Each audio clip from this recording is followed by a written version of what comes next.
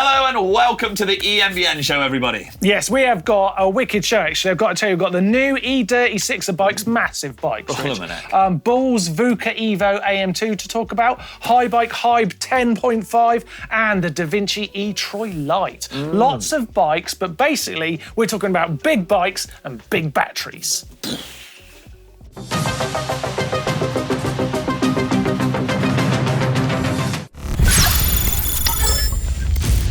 Yes, hello and welcome to the EMBN Show, everybody, with Martyn Ashton and myself, Rich Payne. Now, to kick things off, okay, is a bike that's a little bit different, isn't it, buddy? Oh, I love these bikes. I love the bikes. This is the E36, the 32, right? So we've looked at these bikes before, but the 36, monstrous, huge bike. I really like it, and what I love is when you put the 36 next to this new 32. It looks so tiny, but it's so much bigger than a normal bike. They say this is perfect for riders 5'10" and up.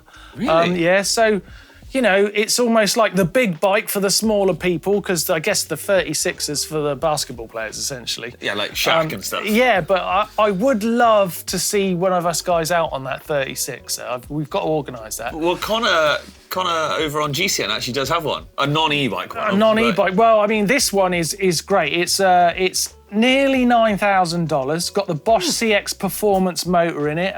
The bikes are being launched via a crowdfunder that launches later this month.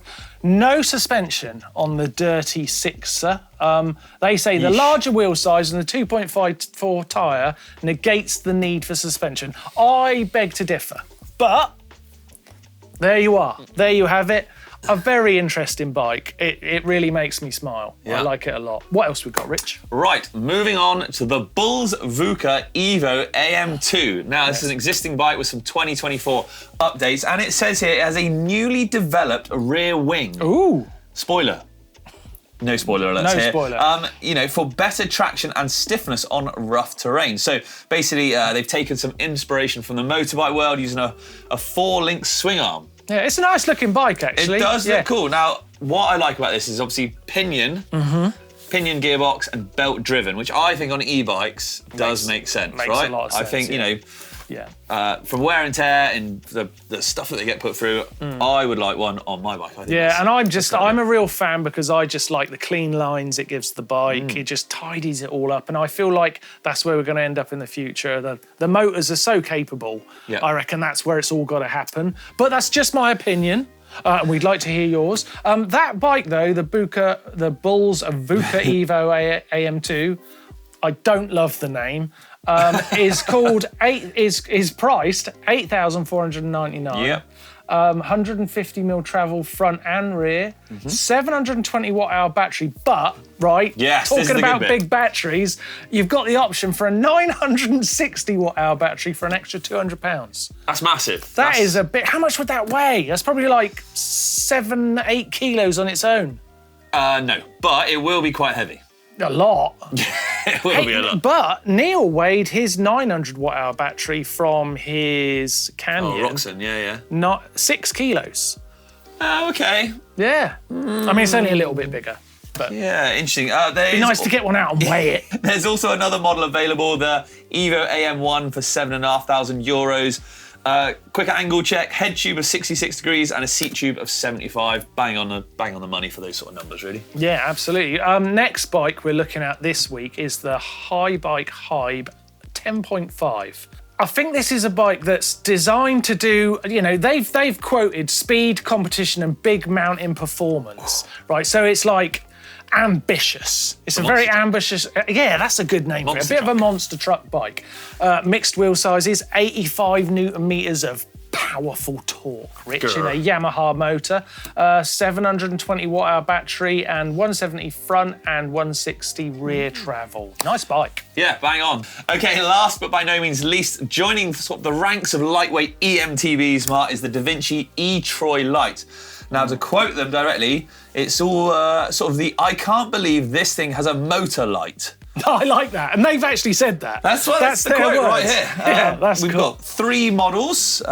New bike is proudly made in Canada. What have we got? Weight around the 19.5 kgs for the top model. Bosch Performance Line SX 55 Newton meter motor. It's a good little motor, that is. I like it. Yeah, not used that one myself. No, Yeah. 400 watt hour battery with a 250 watt range extender. That's kind of the normal numbers there. Split pivot suspension, 160 front, 150mm rear, and mixed wheels as well, Martyn. Yeah, it's a great looking bike. So we find a very relaxed Enrico Guala here at the Bosch stand in Riva del Garda. Exciting week ahead, Enrico. World Cup e-mountain bike racing, the first round in finale. I mean, it's now 11 years since the first ever EWS in Puntarella in Italy. I mean, who'd have thought that now, World Cup e-bike racing? It's exciting, right? It is exciting, and I mean, finale. We've been doing enduro for forever, and of course, E is our new thing. Yeah. We've been on the development for many years, and yes, it's 1 week from now. Of course, you got the e-bike race on the Saturday and the acoustic race on Sunday, right? No, the other way around, man. What? Yeah. Okay, that's already kind of a statement, That's a pretty big statement, yeah. It is, but on the other hand, we want to have the top riders of acoustic bikes, or EDR, having a chance to give a try to the e-bike, and that's possible only if you put e-bikes on a Sunday. At the same time, we're giving e-bike a good stage because it's the important day.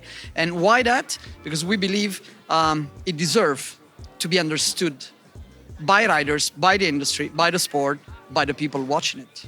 We're here in Riva, 8, 10 years ago. It was dominated by mountain bikes, push bikes.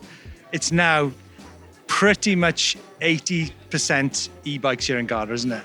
I think we've. Do you think we're at a turning point now? I think the turning point was already some years ago. At least for us, we came here, and at some point we saw basically the majority being on E rather than normal, and that was the turning point. I think it's just consolidation now. Now the point is how people use the bike, how we use the e-bike, and I think there's a lot of work still to do that.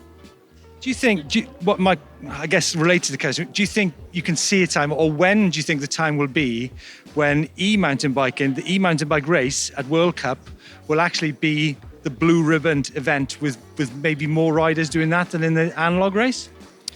Is it going to happen? I think so, at some point, yes. For one simple reason, within the discipline of mountain biking, cross country, downhill, and the long version of it, I think the only legit discipline that suits e-bike is enduro. But again, it goes back to trail design and course design.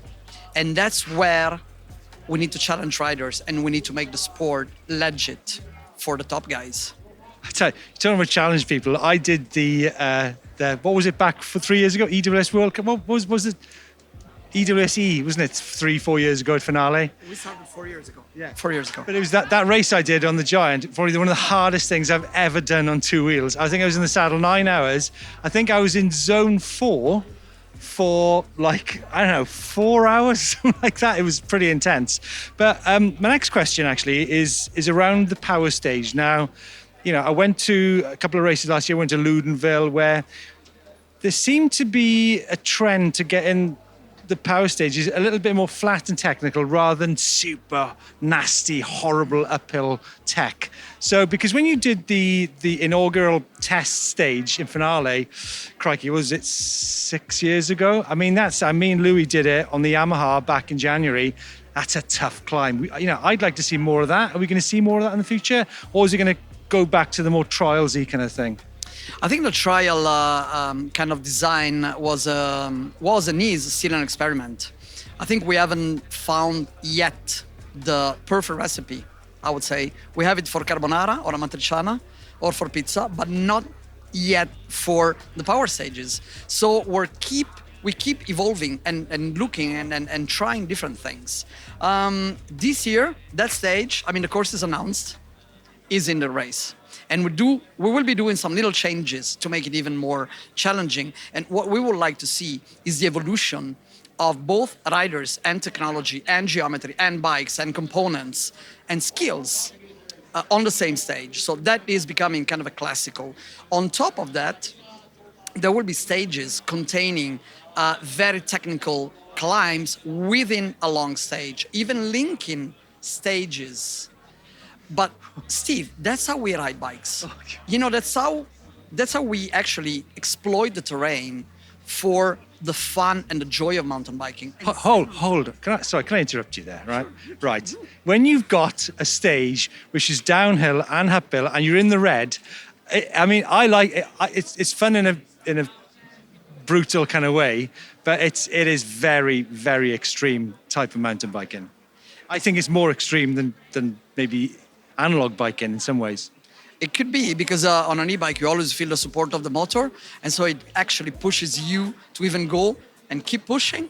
But if you ask, a guy like Josh Carson, he's been a big fan of those type of stages, and I think it's part of challenging the riders in a legit way on E. Talking about uphill technical stages, we're here on the Bosch stand, 10 years of uphill flow. Oh, yeah. My gut feeling is that we've still got a huge amount of work to do to put across the fantastic sport of going uphill on an e-bike. Do you think? Technically, and it doesn't have to be technically. It can be, the uphill flow, which Bosch and Stefan Schlee and Klaus did, 10 years ago. But on so many levels, you could take it to like a Chris Ackrig level of technicality as well, couldn't you? Chris has his own uphill flow.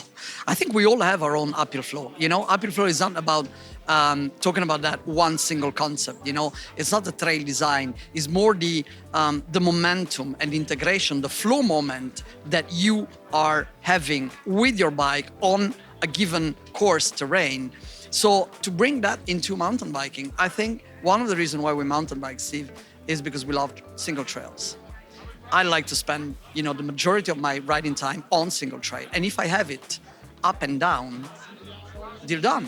It's the dream, right? It's a dream. And that's about the uphill flow. Well, Enrico, looking forward to catching up with you in a couple of days' time in Finale.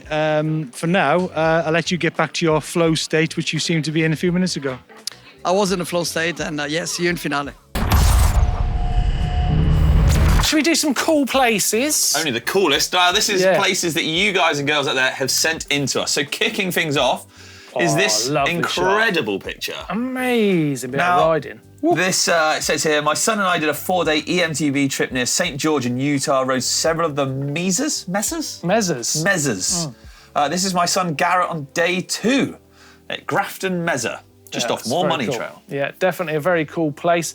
Next up, this is an awesome shot. Wow. So great. Oh, I'd be pleased with that. This is an early morning, it does look good, an early morning on my local hills in central Scotland as the full moon sets. As a landscape photographer, there you go. As a landscape photographer, getting an e-bike has made my job a lot easier getting certain locations. And he's loving his Scott Ransom out there on Loch Rannoch and Rannoch Moor. Ian Biggs, thanks for sending that in. It's very nice. Great shot there. Now, this next one, look at that, Mark. Lovely bit of seaside going on. That's a great shot. It's a cool little cove they're in now. Yeah, a bit of planning gone into that one. Yeah, really definitely, cool. actually. Now, this says, one of the best mountain biking locations to ride and visit in the world. Tasmania is the island at the bottom of Australian mainland. Is that where that is? No way. Apparently so. Wow, We've travelled down to Tassie for the past 4 years and absolutely love it. But it doesn't say who it's from. Oh, it's from Palmwire. Where's that? Just it's down tucked down the there, bottom of my script there. Lastly, Amazing. we have got, this is a great looking shot, bit of altitude there. Epic view from Kozia Peak, Romania, 1668. I'm not sure what the number refers to. That is from Dolo Fang George. Altitude? Great. Oh yeah, I guess that could be the altitude, couldn't it? Yeah, very, very cool shot. Yeah. We had some, I tell you what, that was as cool places get, I think. Yes, and obviously don't forget, keep sending them in. The uploader's fixed, Martin. Oh, thank you. And Thank it's God. linked in the description down below. We love to see where you've been, so yeah, please do send them in. Okay, let's get some feedback from you guys. First bit of feedback for you, Rich. Okay. More of a question, actually. On the Canyon Neuron on-fly video, Blake and Neil on that nice ride on their brand new bikes, Darren Jones is asking, auto shift. All right, that was it. Yes, so that's all he's saying. I think he's asking, did they have? No, they didn't. They had Bosch SX motors and they did not have auto shift on those bikes. Yeah, but I guess, still great bikes. Yeah. And we can prove that, right? Because at Dossetti said, so you get a carbon frame for under $5,000. That is impressive. Just might be my next bike. Yeah, for a first foray into good, sort of the world of lightweight e-bikes for Canyon, they've come out with a banger, I think, there. Yeah, absolutely. Right, last little bit of feedback. This is from Van Hallant, and I love this. He's saying that after suffering 2 strokes, he lost his balance, which is a real shame, but an e-bike has got him back riding, and he loves his. That is what it's all about, isn't it? He loves his bike, definitely. and it's doing a great job. I know how you feel, man. Yeah, which actually leads us on quite nicely because we'd love to actually hear from you, your stories, if you like, about sort of how and why you got into e-mountain biking, much like Van Hallant. Van Hallant. Good name, that, isn't it? Yeah, it is. But do you know what? It's now time for the Bike Vault. Right. Bike Vault, Bike Vault. Let's check out your bikes. Right, into the bike vault, Yes, Richard. okay. First bike we have got here is a Moustache Game 7. That's a what? A Moustache. A moustache. Yeah, Moustache Game 7 at the top of Beached As Trail, Queenstown, New Zealand, from VMANS.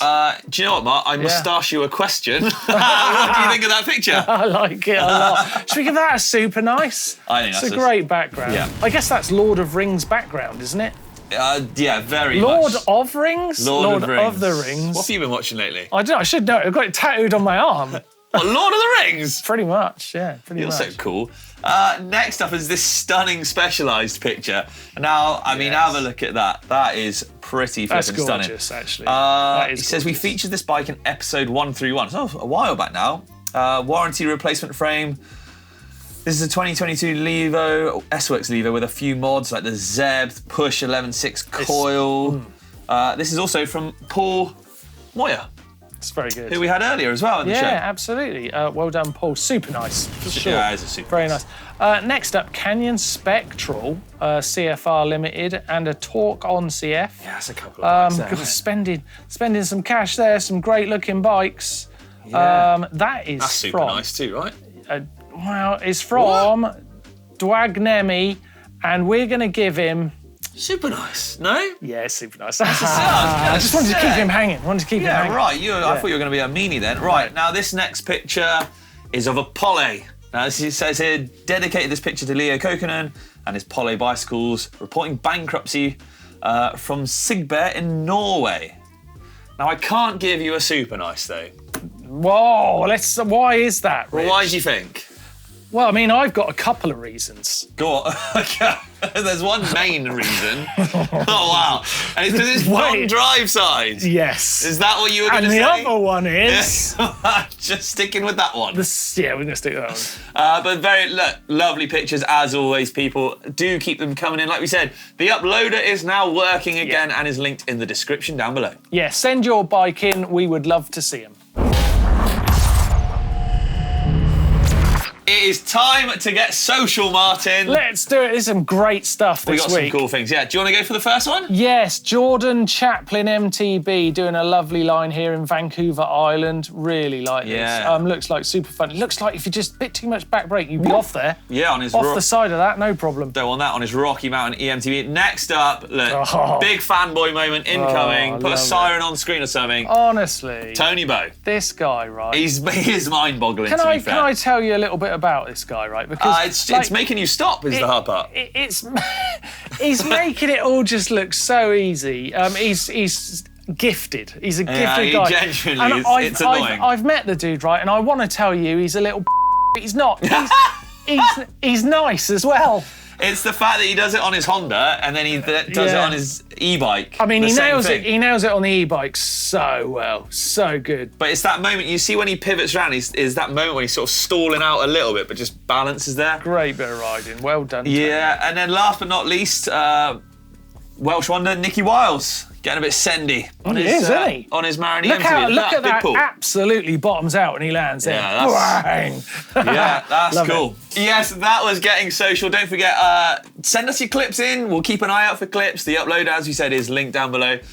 We like to see the coolest things out there. And if you think you can bet a Tony boat, please send that in, right? Yeah, that's your homework for this week. That's all we've got time for, but we'll be seeing you next time. See ya.